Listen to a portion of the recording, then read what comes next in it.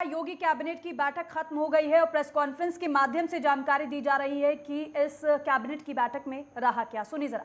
उत्तर प्रदेश को भारत का सबसे महत्वपूर्ण राज्य बनाने में जिसकी महत्वपूर्ण भूमिका है, और इससे घरेलू पर्यटकों विदेशी पर्यटकों के आवागमन की दृष्टि से उत्तर प्रदेश में जो आज द्वितीय और तृतीय स्थान प्राप्त है, उसको और हम लोग बेहतरी के साथ इको टूरिज्म बोर्ड गठित होने के बाद हमें लगता है कि हम देश में प्रथम स्थान निश्चित रूप से पालेंगे और अपने गौरवमयी ऐतिहासिक, सांस्कृतिक और धार्मिक विरासतों, समृद्ध प्राकृतिक संपदाओं की दृष्टि से उत्तर प्रदेश में जो असीम संभावनाएं विद्यमान हैं, जिससे हम लोग राष्ट्रीय और अंतर्राष्ट्रीय स्तर पर प्रचार प्रसार किए जाने के लिए आवश्यकता भी है। और आज हम पर्यटन विभाग, वन पर्यावरण एवं जलवायु परिवर्तन विभाग, आयुष विभाग, ग्राम विकास विभाग, सिंचाई विभाग, नगर विकास विभाग, कृषि विभाग, उद्यान विभाग, खेल विभाग, परिवहन विभाग, कुल मिला के 10 विभागों को समन्वित रूप से सम्मिलित करते हुए इको टूरिज्म डेवलपमेंट बोर्ड का गठन करने का निर्णय माननीय मंत्रिपरिषद द्वारा लिया गया है। और जैसा कि हम सब जानते हैं कि उत्तर प्रदेश में 16,582 वर्ग किलोमीटर वन क्षेत्र है। ऐसा वन क्षेत्र जिसमें अब सुंदर परिदृश्य हैं, वन विस्तार की संभावना है, बहती नदियां हैं, लोहावरे सुंदर झरने हैं, लुप्त प्राय पंछियों और जानवरों की उपलब्धता है जो लुप्त होते आ रहे हैं प्राय। यहाँ हमारे पास 26 वन्य जीव अभयारण्य हैं, 12 पक्षी विहार हैं, 9 राज्य इको टूरिज्म सर्किट हैं। इस तरह की जो उपलब्धियां हैं उत्तर प्रदेश के पास, उनका दोहन हम लोग कर पाएंगे और इसको पर्यटकों के लिए विकसित करके देशी और विदेशी पर्यटकों को आकर्षित करने के लिए बहुत बड़ी भूमिका का निर्वहन कर पाएंगे। हम लोग वेलनेस टूरिज्म भी देंगे, इसलिए हमने आयुष को भी इसमें सम्मिलित किया है।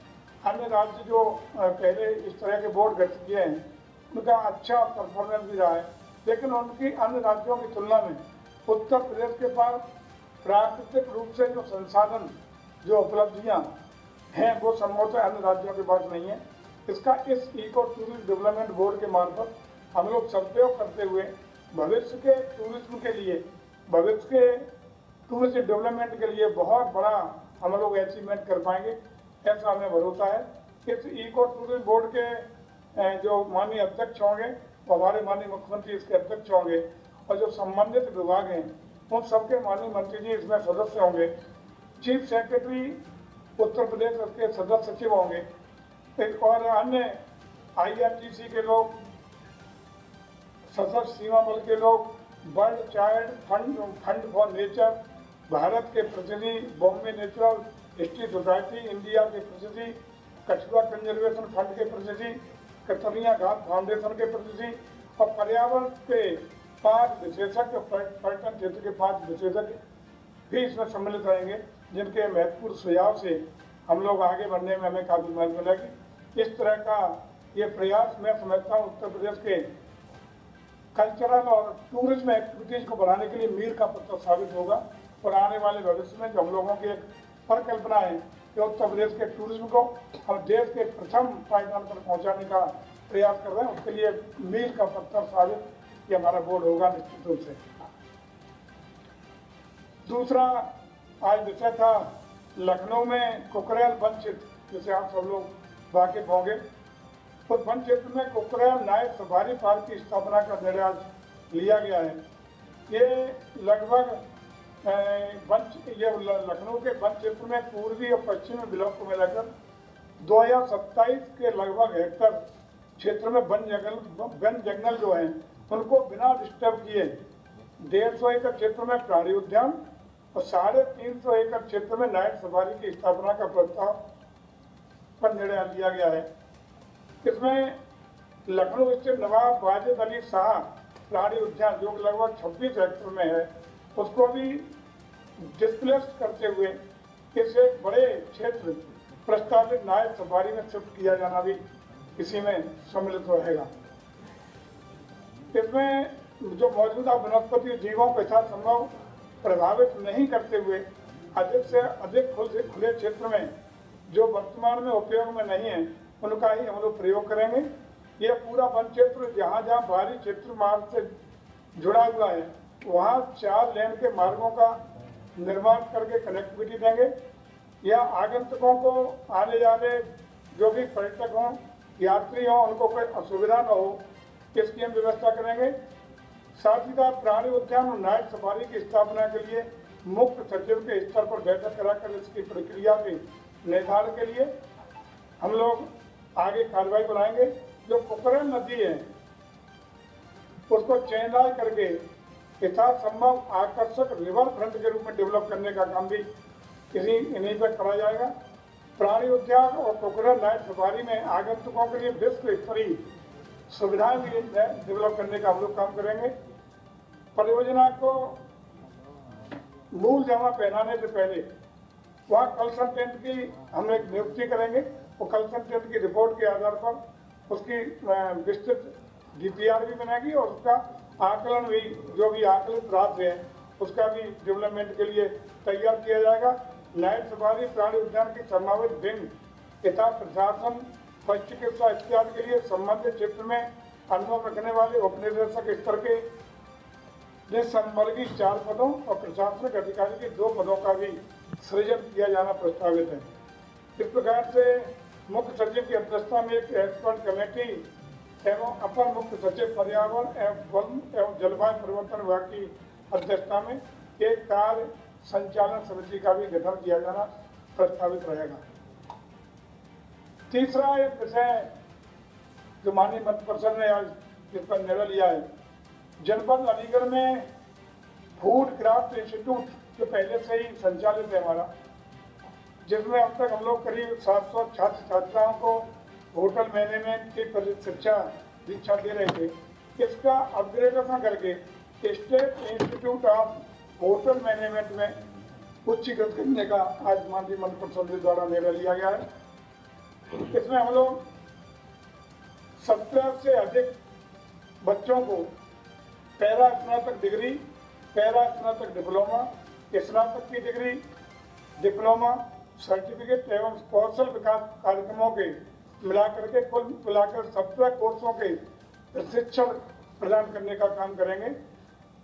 जैसा कि आप सब जानते हैं कि टूरिज्म और ट्रेवल्स में खास रूप से 5 सितारा होटल, रेस्टोरेंट, एयरलाइंस, क्रूज जहाज, रेलवे, मॉल्स आदि से जुड़े हुए अन्य सरकारी और गैर सरकारी क्षेत्रों में तमाम रोजगार के अवसर मुहैया हुए हैं।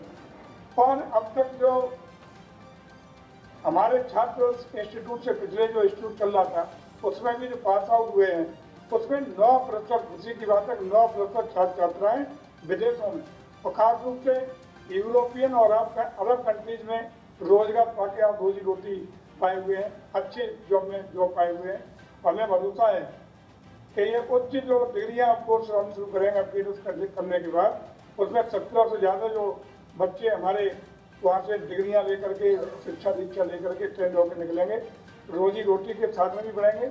और खासकर जो परिकल्पना हम लोगों की है कि जिस प्रकार से हम लोग नोएडा में हमारा एक इंटरनेशनल हब बन रहा है, अन्य अन्य जगह पर 5 स्टार होटल टूरिज्म डेवलपमेंट के काम चल रहे हैं, उसके लिए स्किल्ड बच्चे भी हमारे पास उपलब्ध होंगे।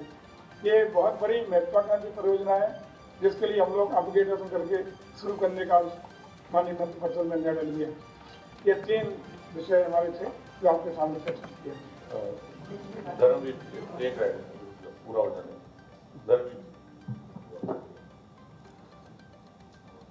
सभी को नमस्कार।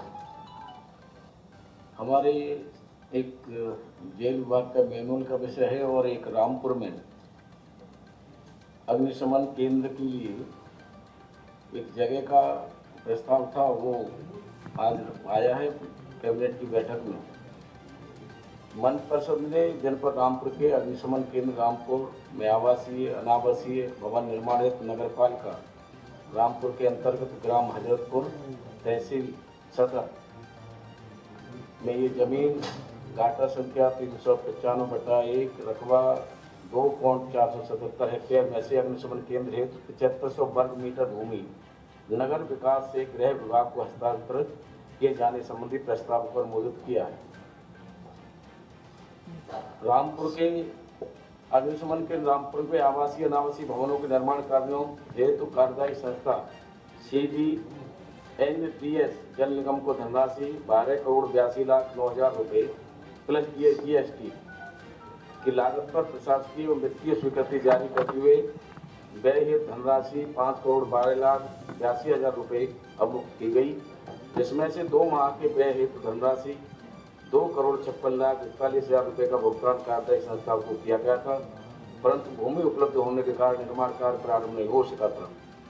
जिलाधिकारी रामपुर द्वारा नगर विकास को प्रेषित 19 मई 2022 के पत्र द्वारा ये भूमि नगर विकास से गृह विभाग के पक्ष में हस्तांतरित किए जाने का अनुरोध किया गया है और ये प्रस्ताव हो गया है।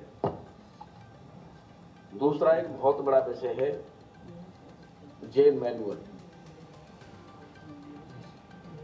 जो अंग्रेजों के समय का था, वो आज हमारे कैबिनेट में गया है। इसमें वर्तमान में विद्यमान जेल मैनुअल का संस्करण 1941 में प्रख्यापित हुआ था, जिसमें समय समय पर आवश्यकतानुसार संशोधित एवं शुद्धिकरण किए गए। जेल मैनुअल के प्रस्तुतों में आवश्यकतानुसार संशोधित भी हुए।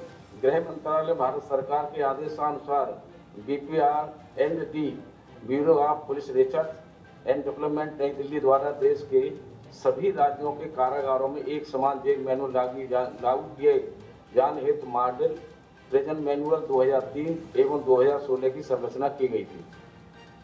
गृह मंत्रालय भारत सरकार द्वारा इस मॉडल प्रिजन मैनुअल को देश के सभी राज्यों में लागू करने की अपेक्षा की गई थी। तत्क्रम में विद्यमान उत्तर प्रदेश जेल मैनुअल के कतिपय प्रासंगिक नियमों का निरसन, कतिपय नियमों में यथावश्यक संशोधन एवं कतिपय नवीन व्यवस्थाओं को सम्मिलित करते हुए उत्तर प्रदेश जेल मैनुअल 2022 को प्रख्यापित किए जाने का निर्णय लिया गया है। बदलाव, हाँ वो बता रहे हैं आपको। बदलाव में हथियार में की अगर दृष्टि से देखें तो 303 राइफल के स्थान पर हम 9 mm पिस्टल, इंसास एवं कार्बाइन का समावेश हमने किया है। सुरक्षात्मक उपाय test guard, elbow guard, fibre glass, helmet, polycarbonate shield एवं पॉलीकार्बोनेट लाठी का समावेश, दंगा रोधी उपकरण, टीजर गन, आंसू gas, water cannon, shock baton, pepper ball gun का समावेश। कुछ हमने इसमें से पिस्टल हटाए हैं।